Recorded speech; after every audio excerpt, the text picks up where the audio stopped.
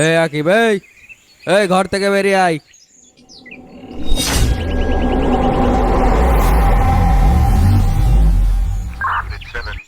কি ব্যাপার স্যার, এই সাত সকালে আপনারা আমার বাড়িতে? আসেন স্যার আসেন, ভিতরে এসে একটু চা নাস্তা খেয়ে যান। তোর নামে অভিযোগ আছে, তোকে এখনই আমাদের সাথে থানায় যেতে হবে। এই তোরা থাম। অভিযোগ? তা স্যার আমাকে কি থানা পর্যন্ত নিয়ে যেতে পারবেন? তুই কি আমাকে চ্যালেঞ্জ করছিস? তোর মতো দুই চারটে মস্তানকে আমি প্রতিদিন থানায় নিয়ে তবা পড়াই। এই চল থানায় চল। আস্তে স্যার, কলারটা ছেড়ে কথা বলেন। কিরে, তোর এত বড় সাহস, তুই থানার এসআই স্যারের সাথে চোখ গরম করে কথা বলছিস? দাঁড়া, তোর আজকে থানায় নিয়ে যায়, তারপরে তোর মজা দেখছি।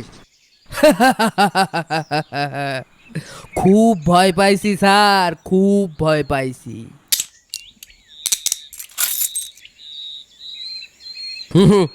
এই চল চল চল।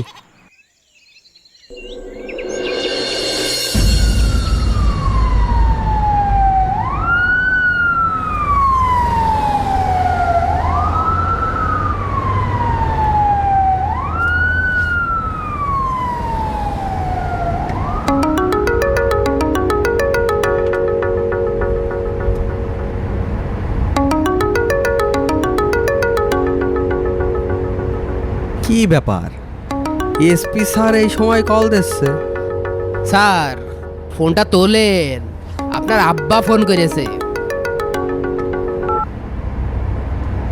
স্যার আসসালামু আলাইকুম। এইমাত্র যে অপরাধীটাকে ধরেছো তাকে এক্ষুনি ছেড়ে দাও। কিন্তু স্যার, ছেলেটার নামে তো অনেক অভিযোগ আছে, সে একজন কুখ্যাত সন্ত্রাসী। তোমাকে যেটা বললাম সেটা করো, উপর থেকে অর্ডার এসেছে, ওই ছেলেটাকে এক্ষুনি ছেড়ে দিতে হবে। জি স্যার, জি আমি এখনই ছেড়ে দিচ্ছি। এই ড্রাইভার, গাড়ি থামাও। কি ব্যাপার স্যার, গাড়ি থামাতে বললেন যে? আকিবকে ছেড়ে দিতে হবে। কিন্তু কেন স্যার? তোমাকে যেটা বলছি সেটা করো। জি স্যার।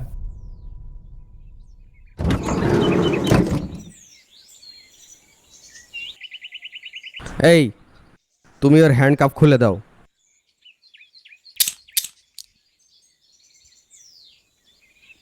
স্যার আমার এই হাতে কোনো পুলিশ আজ পর্যন্ত 10 মিনিটের বেশি হ্যান্ডকাপ পরাতে পারিনি। যা, এই যাত্রায় বেঁচে গেলি।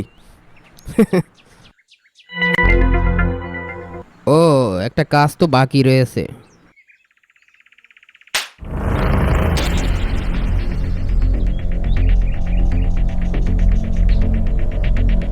স্যার এটা কি হলো? তোর স্যার কি বলবে, আমার কথাই শেষ কথা।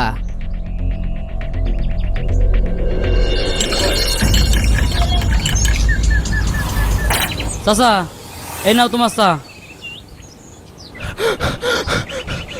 আব্বা আব্বা তাড়াতাড়ি মা 1500 টাকা দিতে করলো। দাদির তো অবস্থা খুব খারাপ। কে রে বাপ, তোর দাদির কি হয়েছে? সকালে তো ভালো দেখে আসলাম। আব্বা দাদির তো প্রেশার বেড়ে গিয়েছে। দাঁড়া বাপ, দেখি ক্যাশে কয় টাকা আছে। বেশি টাকা তো বেচা কেনা হয়নি, 1500 টাকা হতেও পারে। 1 2 3 5 7 12 13 14 15। এই নে বাপ, তাড়াতাড়ি যা। যাক, 1500 টাকা হয়েছে। কিরে আরিফ, গত 2 দিনের চাঁদা মাদা দিচ্ছিস না, কি হয়েছে কি রে তোর? ভাই ভাই, আমার মা খুব অসুস্থ ভাই, আমার আর 2 দিন সময় দেন, আপনার সব টাকা একবারে দিয়ে দেবো ভাই। আমার মা খুব অসুস্থ ভাই। এই তোর কি আমার কিস্তিওয়ালা মনে হয় রে? দে টাকা দে। ভাই ভাই দেখেন, আমার একটু দয়া করেন ভাই। ভাই আমার মার খুব শরীর খারাপ ভাই। ভাই আমার একটু দয়া করেন।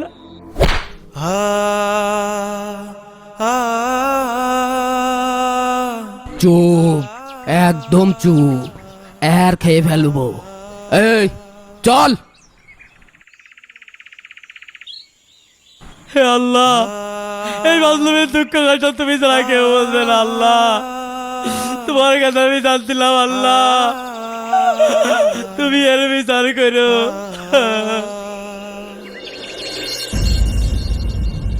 ভাই আসসালামু আলাইকুম। ওয়ালাইকুম সালাম। ভাই আসবো? কে, আকিব? ওহো আচ্ছা, তোর কথাই ভাবছিলাম। আয় ভিতরে আয়।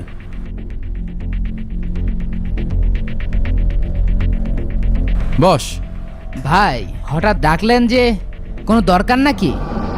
হ্যাঁ, দরকার তো আছেই। ইনি হলেন ইকবাল ভাই। উনি এসছেন একটা কাজ নিয়ে। ওনাকে একটা বিশেষ কাজ তোকে করে দিতে হবে, পারবি? কি যে বলেন না ভাই, আপনার জন্য তো জানও দিয়ে দিতে পারি। আচ্ছা বলেন কি কাজ? ওই যে উত্তর পাড়ার বাঁশবাগানের মধ্যে একটা পুরাতন বাড়ি আছে না, হুম। ওই বাড়িতে একজন বুড়ো তার নাত ছেলে নিয়ে থাকে। ওই জায়গাটা আমাদের দরকার। তোর কাজ হলো ওই বুড়োকে ওই বাসার থেকে বের করে দিতে হবে। ঠিক আছে ভাই, হয়ে যাবে নে, ও নিয়ে আপনি কোনো টেনশন করেন না। এই চল।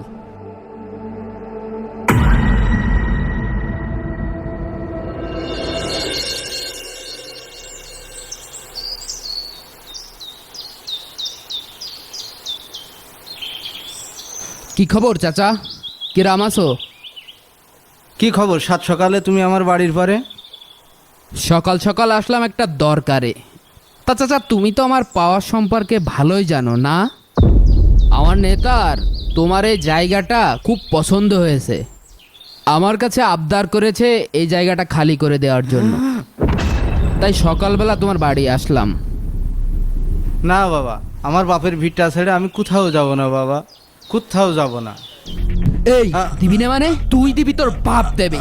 না দিলে তোর এখানে জাইন তো পুঁতে ফেল দেবো। এই স্ট্যাম্প পেপার দে। না বাবা, আমি সই করবো না বাবা। ও আল্লাহ তুমি বিচার করো, আল্লাহ আল্লাহ তুমি বিচার করো, ও আল্লাহ তুমি বিচার করো, আল্লাহ তুমি বিচার করো।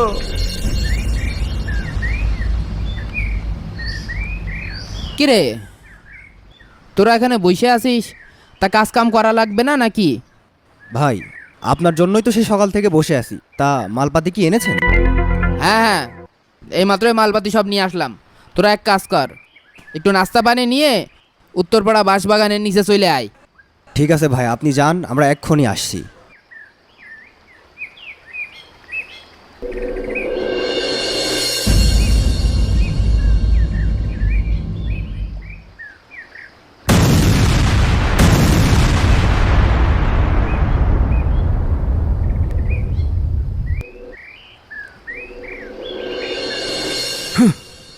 ছেলে না, এটা কি যে জন্ম দিলাম। সারাদিন কোণে যে পড়ে থাকে। যদি সাথে সাথে একটু কাজটাও করতো, অন্তত শরীরটা একটু ভালো থাকতো, একটু রেস্ট নিতে পারতাম। একা একা কাজ করে মরলাম।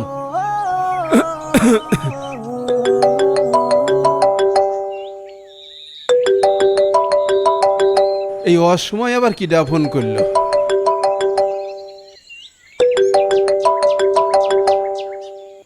হ্যালো হ্যালো, কিডা? চাচা, একটা দুঃসংবাদ ঘুরে গেছে তো চাচা। ওই যে আপনার ছেলে বাঁশবাগানে বোম বানাতে গিয়ে সে বোম বাস্ট হয়ে হাত পা দুটোই উড়ে গেছে। কি? ও আল্লাহ, আমারে কত বড় সর্বনাশ হলো আল্লাহ! এখন আমি কি করব?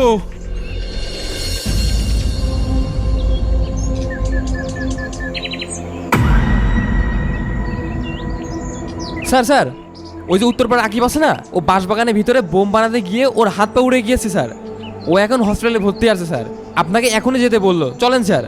একদম না, এই মুহূর্তে ওখানে যাওয়া যাবে না। সামনে ইলেকশন।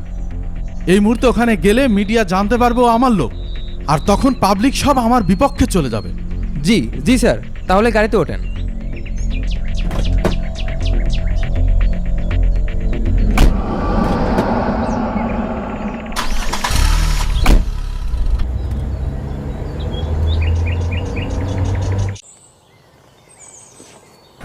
তোর আমি কতবার করে বারণ করলাম, ওইসব রাজনীতির মধ্যে যাস নে।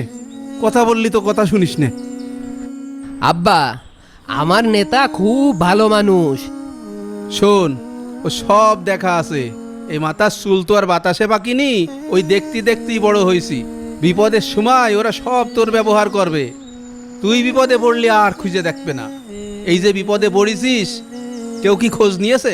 আব্বা, নেতা তো ইলেকশন নিয়ে খুব ঝামেলার মধ্যে আছে মনে হয়, আমার কথা স্মরণ করতে পারেনি।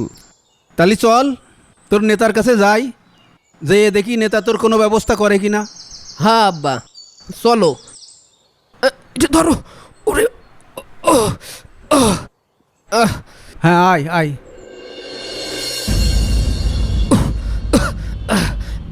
এই তো আব্বা নেতার অফিস।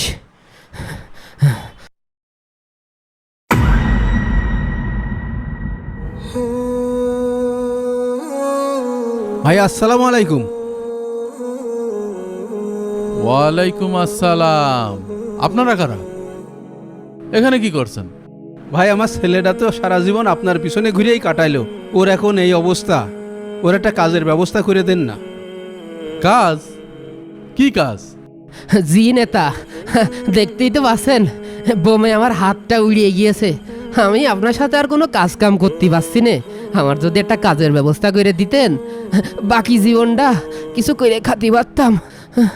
এই সিকিউরিটি গার্ড, জি স্যার। এসব ফালতু লোকজনের ভিতরে ঢুকতে দেয় কে? বের করে দাও। এই আসেন, বেরোন। যে নেতার জন্য সারা জীবন দিয়ে দিলাম, সেই নেতা এটা কি বলল? এই বেরোন তো, বেরোন। তোর আগেই বলেছি, এইসব নেতারা বিপদে কারোর সাথে থাকে না, যতক্ষণ তোর কাজে লাগাতে পারবে ততক্ষণ তোর সাথে আছে।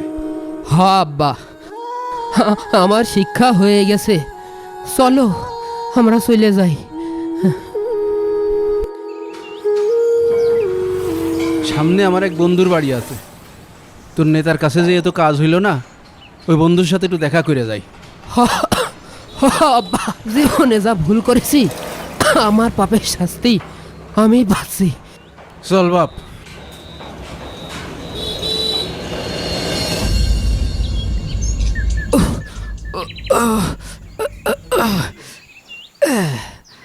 ফরিদ, বন্ধু বাড়ি আসিস? বন্ধু তুই?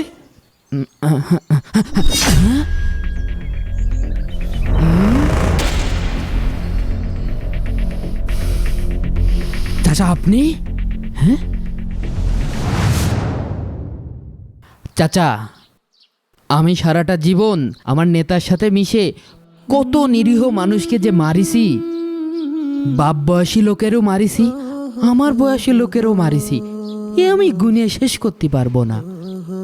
কয়েকদিন আগে একটা দুর্ঘটনায় আমার একটা হাত উড়ে গেছে। আমি আপনার সাথেও অন্যায় করেছি চাচা, চাচা আমার মাফ করে দিয়েন।